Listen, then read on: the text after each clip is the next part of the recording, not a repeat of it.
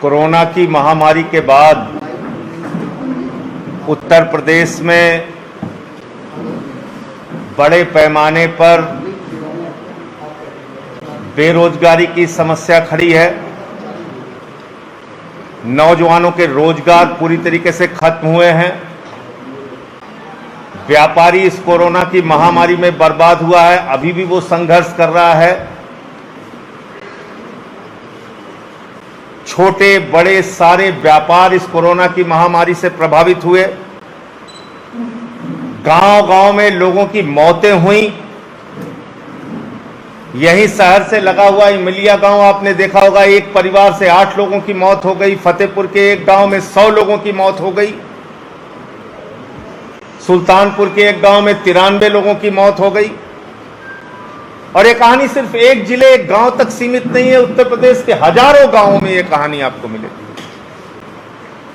हमने देखा कि मरने के बाद लोगों को लकड़ी नसीब नहीं हुई दाह संस्कार के लिए।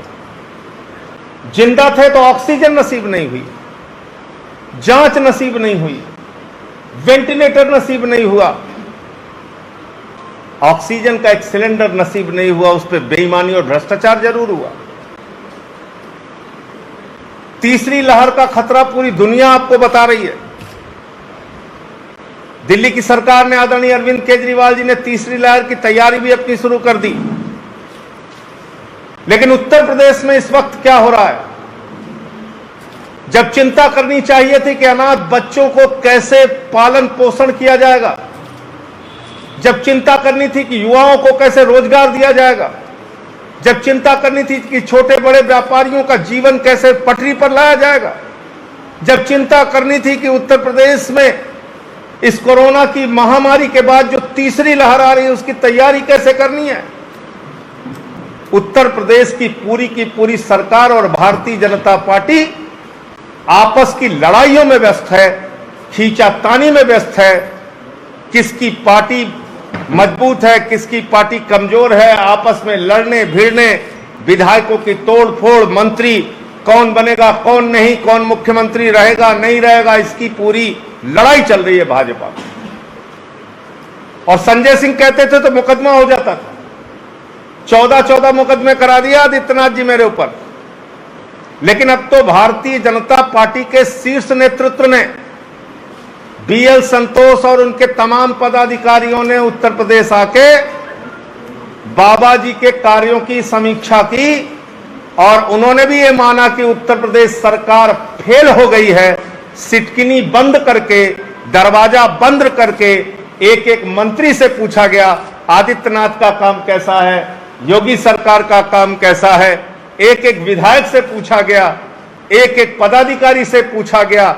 इसका मतलब जो बात मैं पिछले काफी लंबे समय से कह रहा हूं कि आदित्यनाथ जी की सरकार हर मोर्चे पर फेल है, आज वो बात भारतीय जनता पार्टी का शीर्ष नेतृत्व भी मान रहा है और इसी के कारण उनके कार्यों की समीक्षा हो रही है।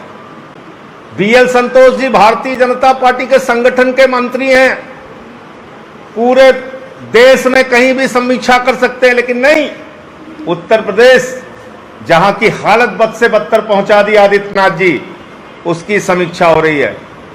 अब तो मैं कहना चाहता हूं, जब मंत्री आपके खिलाफ हैं आदित्यनाथ जी, विधायक आपके खिलाफ हैं, केंद्रीय नेतृत्व भारतीय जनता पार्टी का आपके कार्यों की समीक्षा कर रहा है वो आपके खिलाफ है, तो जब पूरी की पूरी बीजेपी आपके खिलाफ है, उत्तर प्रदेश की जनता आपके खिलाफ है, कोरोना की महामारी से लोग त्रस्त हो चुके हैं, तो अगर जरा सी भी नैतिकता आपके अंदर है तो आप ये पद छोड़ दीजिए, इस्तीफा दे दीजिए अपने पद से, उत्तर प्रदेश पे रहम कीजिए। अब कम से कम जब पूरी पार्टी, विधायक, जनता, सरकार सब मान रही है कि आप किसी काम के नहीं हैं, कोई भी काम आप उत्तर प्रदेश की जनता के लिए नहीं कर पा रहे हैं, तो आप अपना पद छोड़ दीजिए, मुख्यमंत्री के पद से इस्तीफा दे दीजिए। लेकिन ये वक्त है उत्तर प्रदेश को इस महामारी से उबारने का, ये वक्त है उत्तर प्रदेश के लोगों की स्वास्थ्य की चिंता करने का, ये वक्त है इस महामारी में अनाथ हुए बच्चों की चिंता, व्यापार की चिंता, उनके परिवारों की चिंता, जो लोग मारे गए हैं उनकी चिंता करने का। ये आपस की लड़ाई झगड़े में आप उत्तर प्रदेश की जनता का वक्त मत बर्बाद कीजिए। हमने देखा आपने जबरन चुनाव कराया जब कोरोना की महामारी फैली हुई थी, और उसके कारण से कितने प्रधान मर गए, 1600 से ज्यादा शिक्षक मर गए। इस कोरोना की महामारी में चुनाव करा के आपने लोगों के जीवन को न सिर्फ खतरे में डाला, बल्कि यह सरकारी तौर पे प्रायोजित एक हत्या थी, मैं ऐसा मानता हूं। तो इसलिए पहली बात तो यह थी, और दूसरी बात, कल पर्यावरण दिवस है। मैं आज ही आप लोगों को जानकारी दे रहा हूं। नमामि गंगे योजना आप लोगों ने सुनी होगी। उस नमामि गंगे योजना का सच क्या है, मैं काशी में अपने साथियों के साथ दौरा करके आया हूं, और उसका पूरा सच मैं कल पर्यावरण दिवस के दिन आपके सामने रखूंगा कि किस तरीके से गंगा मैया के साथ उत्तर प्रदेश की सरकार और नमामि गंगे के हजारों करोड़ रुपए की योजना को बंदरबाट और भ्रष्टाचार की भेंट चढ़ाया जा रहा है, और गंगा दिन प्रतिदिन मैली से मैली होती जा रही हैं, और इसके पीछे किसी और का नहीं, इस उत्तर प्रदेश की सरकार का सीधा जिम्मा जाता है, जिसने वादा किया था गंगा की सफाई का, जिसने वोट मांगे थे गंगा के नाम पर, जिसने कहा था कि हम गंगा को स्वच्छ और निर्मल बनाएंगे। आज उन्होंने गंगा की हालत क्या की है, ये काशी में मैं देख के आया हूं, और कल विस्तार से इसके वीडियो सहित तमाम प्रमाण मैं आपके सामने रखूंगा कल पर्यावरण दिवस के दिन। आज एक विषय और है जिसको लेके मैंने बहुत पहले कहा था, 69,000 शिक्षकों की भर्ती का मामला। और उस शिक्षक भर्ती में आपने देखा होगा कि बड़े बड़े प्रचार और विज्ञापन आदित्यनाथ जी के द्वारा किए गए। 4 लाख नौकरियां, 4 लाख नौकरियां, और उन 4 लाख नौकरियों में 69,000 शिक्षक जुड़े हुए हैं। उनको अभी तक नियुक्ति नहीं मिली कहीं पे, और एक घोटाला लगा गया।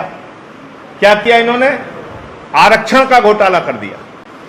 पिछड़े वर्ग के लिए जो आरक्षित सीट थी, उसको जानबूझकर, क्योंकि कोर्ट में यह मामला उलझा रहे, क्योंकि नियुक्तियां ना मिल पाए, ये किसी भी सरकार को पता है सामान्य तौर पे कि जो आरक्षण का कोटा है वो आपको देना ही देना है, और अगर आप नहीं देंगे तो कोर्ट में बात जाएगी और आपकी भर्ती रुक जाएगी। लेकिन जानबूझकर जो पिछड़ा वर्ग के लिए 27% आरक्षण है, उस आरक्षण के कोटे को उल्टे सीधे तरीके से भरा गया। जो कोटा है उसके हिसाब से नौकरियां नहीं दी गई, शिक्षकों की भर्ती नहीं की गई, और इसी के कारण आज एक बड़ा मामला सामने आया है, शिक्षक भर्ती का घोटाला। उस पर सरकार तत्काल निर्णय लेके और 69,000 शिक्षकों की भर्ती उनको करना होगा, और वो उनको करना चाहिए। मैं तो यहां तक कह रहा हूं, पद आपके पास खाली हैं और बढ़ा दीजिए। बहुत पद खाली हैं शिक्षक के, 69,000 की जगह 1 लाख भर्ती कर लीजिए। कोई छात्र वंचित ना रहे, जो इसमें छूट जाए उसको उसमें एडजस्ट कीजिए। लेकिन ये भर्ती घोटाला जो आपने जानबूझ के नौजवानों की जिंदगी को बर्बाद करने के लिए, और ये भर्ती हो ना पाए इस मंशा से किया है, ये सच उत्तर प्रदेश के नौजवानों ने देख लिया। नेशनल दस्तक की आपसे गुजारिश है कि अगर इसको बचाना चाहते हैं तो नेशनल दस्तक को सब्सक्राइब करने के लिए रेड कलर के सब्सक्राइब बटन को दबाएं, फिर बेल आइकन की घंटी दबाएं। नेशनल दस्तक को बचाने के लिए बहुत जरूरी है कि हर खबर को शेयर करें, लाइक करें, कमेंट जरूर करें।